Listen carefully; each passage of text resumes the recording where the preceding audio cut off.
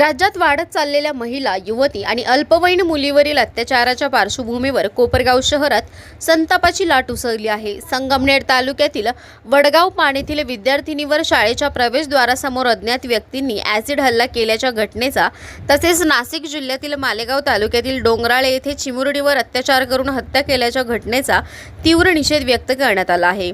या पार्श्वभूमीवर कोपरगावातील लाड सुवर्णकार मित्रमंडळ व सवर्णकार भारतीय सेवा संस्थान यांच्या वतीने तहसील कार्यालयावर निषेध मोर्चा काढण्यात आला। या मोर्चात मोठ्या संख्येने नागरिक, सुवर्णकार बांधव तसेच महिलांनी उत्स्फूर्त सहभाग नोंदवला। मोर्चा दरम्यान आंदोलनकर्त्यांनी घोषणाबाजी करत संताप व्यक्त केला। तहसीलदारांना देण्यात आलेल्या निवेदनात अशा अमानुष घटनांतील आरोपींना तात्काळ अटक करून जलद गतीने न्यायालयात खटले चालवावेत आणि त्यांना कठोरात कठोर शिक्षा द्यावी अशी ठाम मागणी करण्यात आली।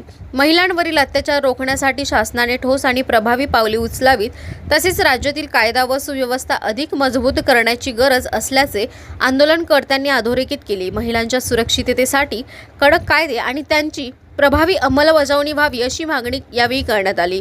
भविष्यात अशा घटना घडू नयेत यासाठी शासनाने ठोस धोरण जाहीर करावे असेही निवेदनात नमूद करण्यात आले आहे। कोपरगाव एक्सप्रेस न्यूजसाठी सुनील ससाने, कोपरगाव कार्यालयात कोपरगाव तालुक्यातील संपूर्ण सुवर्णकार समाज बांधव या चिमुरडीला न्याय मिळावा या मागणीसाठी संपूर्ण सुवर्णकार समाज अविनाश वाघ व संतोष देवळालीकर यांच्या व सुवर्ण भडकवाडे महिला अध्यक्ष यांच्या नेतृत्वाखाली आम्ही सर्वजण या ठिकाणी जमलेलो आहोत।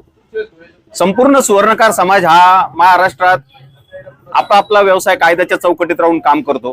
हे हिचं वय एकदम लहान मुलगी आहे, 13 वर्षाची मुलगी, म्हणजे तिचं वय खेळण्याचं, बागडण्याचं, अभ्यास करण्याचं वय असतं। अशा याच्यात एका नराधमाने तिच्यावर ऍसिड हल्ला केला। ह्या ऍसिड हल्ल्याचा ज्या तिच्या शरीराच्या वेदना झाल्या त्या वेदना आमच्या मनापर्यंत पोहोचलेल्या आहेत। आम्ही कोपरगाव तालुक्यातील संपूर्ण सुवर्णकार समाज ते बरोबर आहोत। ही कुठलीही मुलगी जिच्यावर कोणी अन्याय करत असेल त्याला प्रशासनाने कठोर पावलं उचलून तातडीने शासन करावं अशी आमची मागणी आहे। कारण जोपर्यंत शासन अशा नराधमांना कठोर शासन करत नाही तोपर्यंत कायद्याची चपराक राहणार नाही। मग कायदा सुव्यवस्थेचा प्रश्न निर्माण होतो। जर कायदा सुव्यवस्थेचा धाक नसेल तर सर्वसामान्य नागरिक आपलं संरक्षण करू शकत नाही अशी आमची आता धारणा होत चाललेली आहे। म्हणून आमच्या सुवर्णकार समाजाच्या वतीनं प्रशासनाला, तहसीलदारांमार्फत आम्ही एक असं निवेदन देतोय की या नराधमाला तातडीने अटक होऊन याला तातडीने कठोर शासन करावं अशी विनंती आम्ही तहसीलदार साहेबांना केली आहे। आमच्या मागणीचा सन्मान राखून तातडीने शासन याच्यावर कठोर पावलं उचल अशी अपेक्षा आम्ही सुवर्णकार समाजाच्या वतीने बाळगतो। आणि त्या चिमुरडी सोबत आमचा समाज तर आहेच, परंतु कुठल्याही अशा चिमुरडीला जर तिच्यावर अन्याय होता तर सर्वांनी तिच्या पाठीशी या निमित्ताने खंबीरपणे उभं राहिलं पाहिजे व आरोपीला अटक झाली पाहिजे, एवढीच आमची मागणी आहे।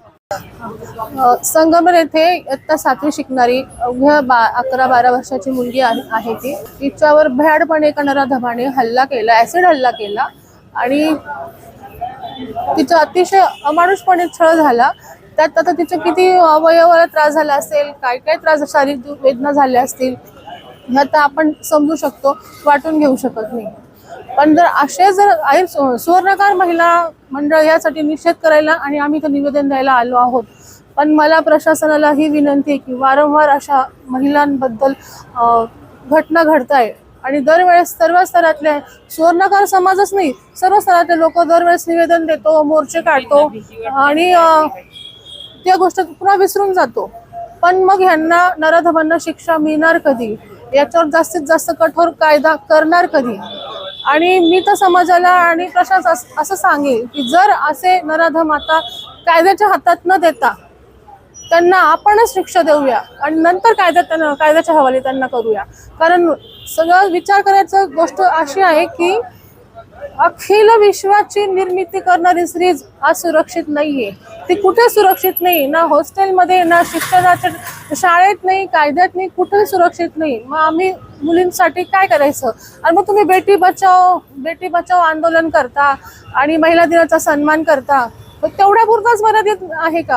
आणि मग पुन्हा महिलांचं हे शोषण होतच आहे जागोजागी आणि असं लहान मुली, बेटी, आमच्या लेकीबाई असुरक्षित आहे।